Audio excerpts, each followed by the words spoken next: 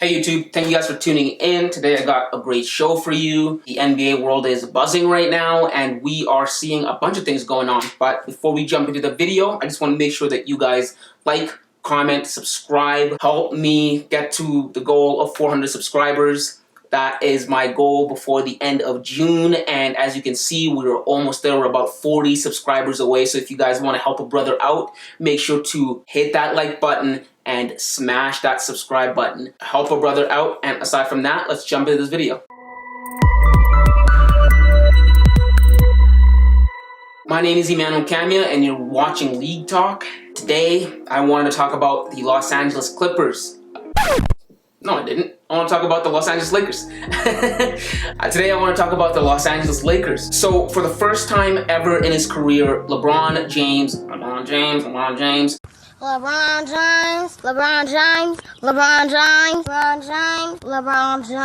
James has been eliminated from the playoffs in the first round. LeBron previous to this was 14-0, and now he's 14-1. He's been eliminated from the playoffs for the first time in his career, which is a great thing it's a great achievement, you know what I mean? Like, never ever in his career has he ever been bounced out in the first round. Jordan was swept a few times in the first round, which just goes to show you. But ironically, he was bounced out by his good friend and fellow All-Star and fellow banana boat friend, Chris Paul. And this is actually the first time that LeBron and Chris Paul have actually ever met in the playoffs. These two have been in the league for a long time. These two have been friends for a long time. And this is the first time ever they've played against each other. And Chris Paul has bragging rights and he walked away with the win. And so today I wanted to break down and talk about why I think the Lakers kicked the bucket and are now sitting at home on the couch or booking their trip to Cancun or golfing. Yeah, so this video is going to be a little bit about both the Lakers and the Suns, but hear me out, yeah. But before we go any deeper, I actually just want to take some credit. 3 weeks ago, before the playoffs started, I made a video outlining why I thought the Phoenix Suns might be the best team in the West. And in that video, I assessed a few things why I thought they might be the best team in the West and why they had the potential to do what they just did, which is knock out the Lakers and possibly come out of the West. Not to do my own horn or anything, but I just want to take some credit. I called it 3 weeks ago, and at the time, it was a hot take. It was, oh, you're kind of crazy, bro. How are you betting against LeBron? But if you want more of these hot takes, make sure to subscribe and hit that notification bell so you don't miss out. But anyway, I digress. Back to the regularly scheduled program. The reasons why the Lakers are at home right now and not advancing to the second round of the playoffs is because of a number of things. One of the first reasons, of course, is obviously Anthony Davis. Anthony Davis had health issues. Anthony Davis was hurt, and this health issue thing was a running theme for the Lakers throughout this whole season. Anthony Davis missed 36 games this season, which was half of the season because it was a shortened season, and LeBron missed 27 games. He only played 45 games out of 72. And that was a running theme for the Lakers. And so health was a running theme for the Lakers, and health was a big player, a big factor in the Lakers' downfall. And I actually factor this into assessing the Phoenix Suns on whether they were the best team in the West, right? Because when assessing teams, you have to kind of assess their injury-prone players and their foreseeable future.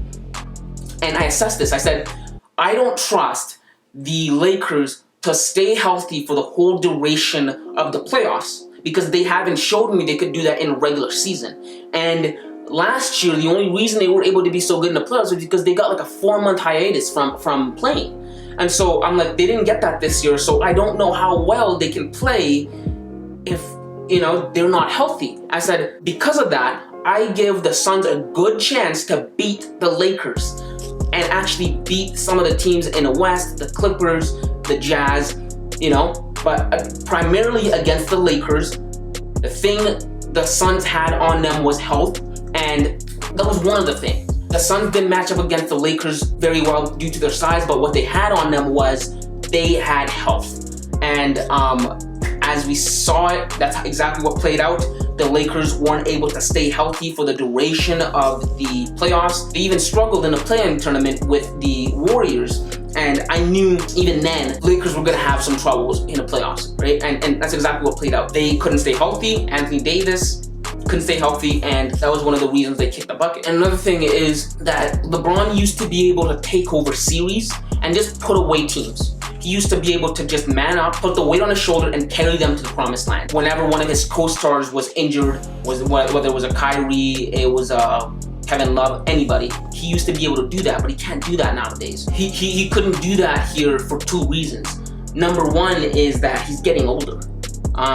LeBron, Father Time is tapping LeBron on the shoulder and he's telling them, hey, buddy, you're on a clock. It's almost time to go, you know?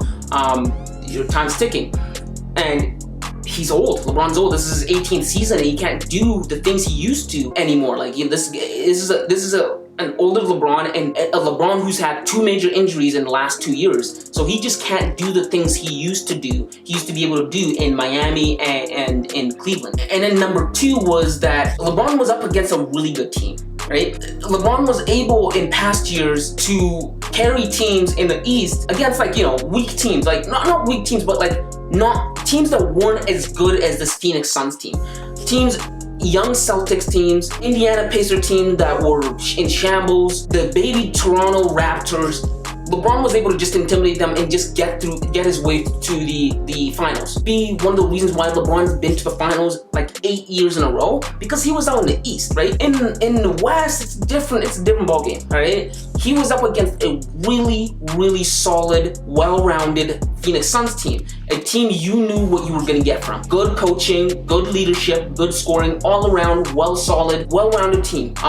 This team, when this team was assembled last year, I said, Phoenix was gonna have brighter days in the future. I even made a video about that. You can check it out here. I said, Phoenix has bright days in the future. They're gonna be really well, and we're seeing it play out right now. And again, I keep tooting my own horn.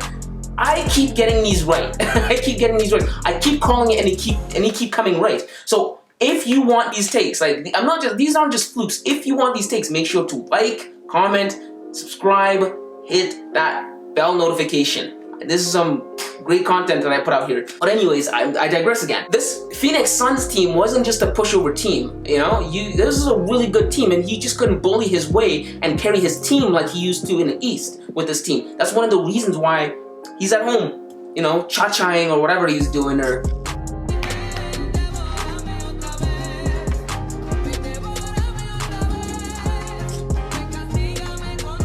you know, or playing golf, or whatever LeBron likes to do in the offseason. Actually, he said he was going to be, Toon Squad was going to be his summer focus instead of Team USA. Wow.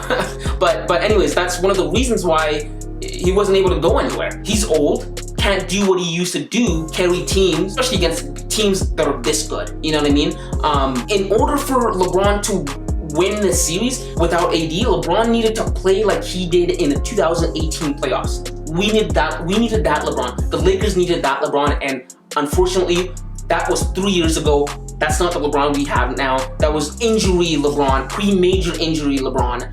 Because if you remember, LeBron came to Los Angeles the first year, got injured, and they missed the playoffs. And then again this year, LeBron took a lot of time off because he was injured. So LeBron's had 2 major injuries. A player who actually has been somewhat of an Iron Man in his career. He hasn't had a lot of major injuries, and it's these latter 2 years, these last 2-3 years where he's had major injuries, and it just goes to show you, Father Time is knocking on the door and he's saying, LeBron, buddy, it's been a good run, you know, but you're on a clock. LeBron's not that guy he used to be in 2018. He can't just do, you know, he can't just carry or bulldozer his way through good teams anymore, you know? Not to say that he's not bad. LeBron's still good. He's on the back nine of his career. And then another reason the Lakers lost to the Suns was because of the inconsistency of the roster. I've said it in the past. I said, I don't trust anybody on this Los Angeles Lakers team outside of LeBron. Because with them, you never know what you're getting.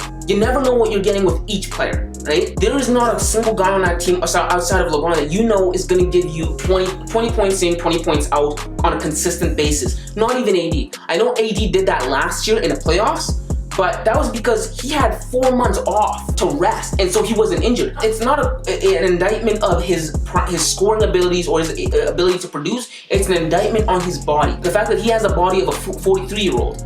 It's an indictment on that aspect of his game, not his actual talents. And then for the rest of the team, it's an indictment on their actual ability to be good, to put in a body of work that can give you 20 points a night, 20 points a night, 20 points a night, and you're driving to the stadium and you know what you're gonna get. Outside of LeBron, you're not getting that. LeBron's the only person you know is gonna be healthy and give you 20 points on a night. Dennis Schroeder is not gonna be able to do that.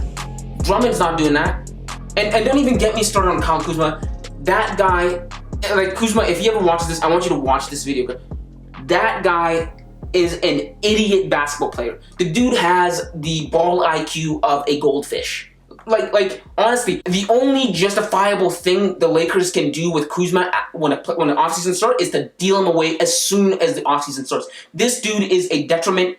He's a liability. He's not an asset to the Lakers. You need to get rid of him. He makes irrational plays. It's like he just doesn't have a feel for the game. It's just like he doesn't read the room. You know what I mean? That's the kind of player he is. And I say it time and time again, basketball is a physical game, but it is also a mental game. Basketball and football, people mistaken it for physical games. They are heavily mental. They're mental games. It's mental. You have to know. You have to be self-aware of yourself. That's why Russell Westbrook doesn't succeed in the league, because he's kind of like that.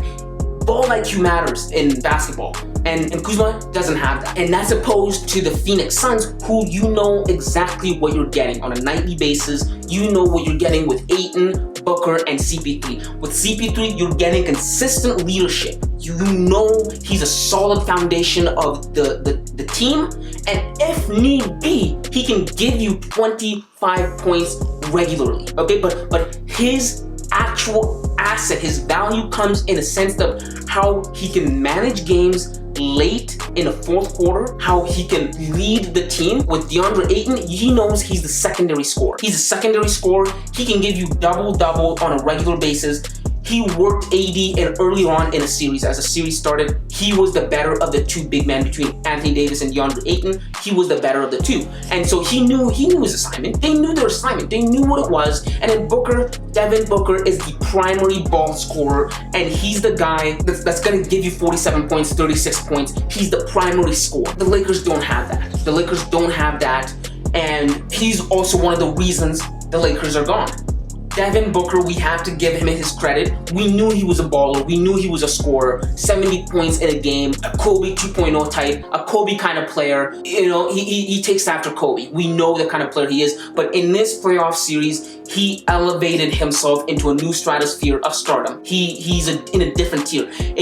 What he just did, dropping 47 points in an elimination game against the Lakers to bounce out LeBron, you have to move him up another peg. You have to move him up another notch. And he's one of the reasons the Lakers are out golfing, going to Cancun, doing whatever the hell they want to do, since they're not in the playoffs now. And so those are the reasons why I think the Lakers lost to the Suns. LeBron's old. They had major health issues stemming from the beginning of the season, all throughout the season, and into the playoffs. Inconsistency from the roster, and just going up against a better team. Going up against a well-established team in the Phoenix Suns. That's all there is to it. That's why the Lakers lost. And those were my thoughts on the Los Angeles Lakers, why they lost. If you like this content, if you like what I'm doing here, make sure to like, comment, subscribe. I'm actually gonna get another video out on the Los Angeles Clippers in the next coming days. So make sure to tune in. If you're a new viewer, make sure to subscribe, hit that notification bell, and don't miss out. Let me know your thoughts in the comments down below. And aside from that, see you, kids.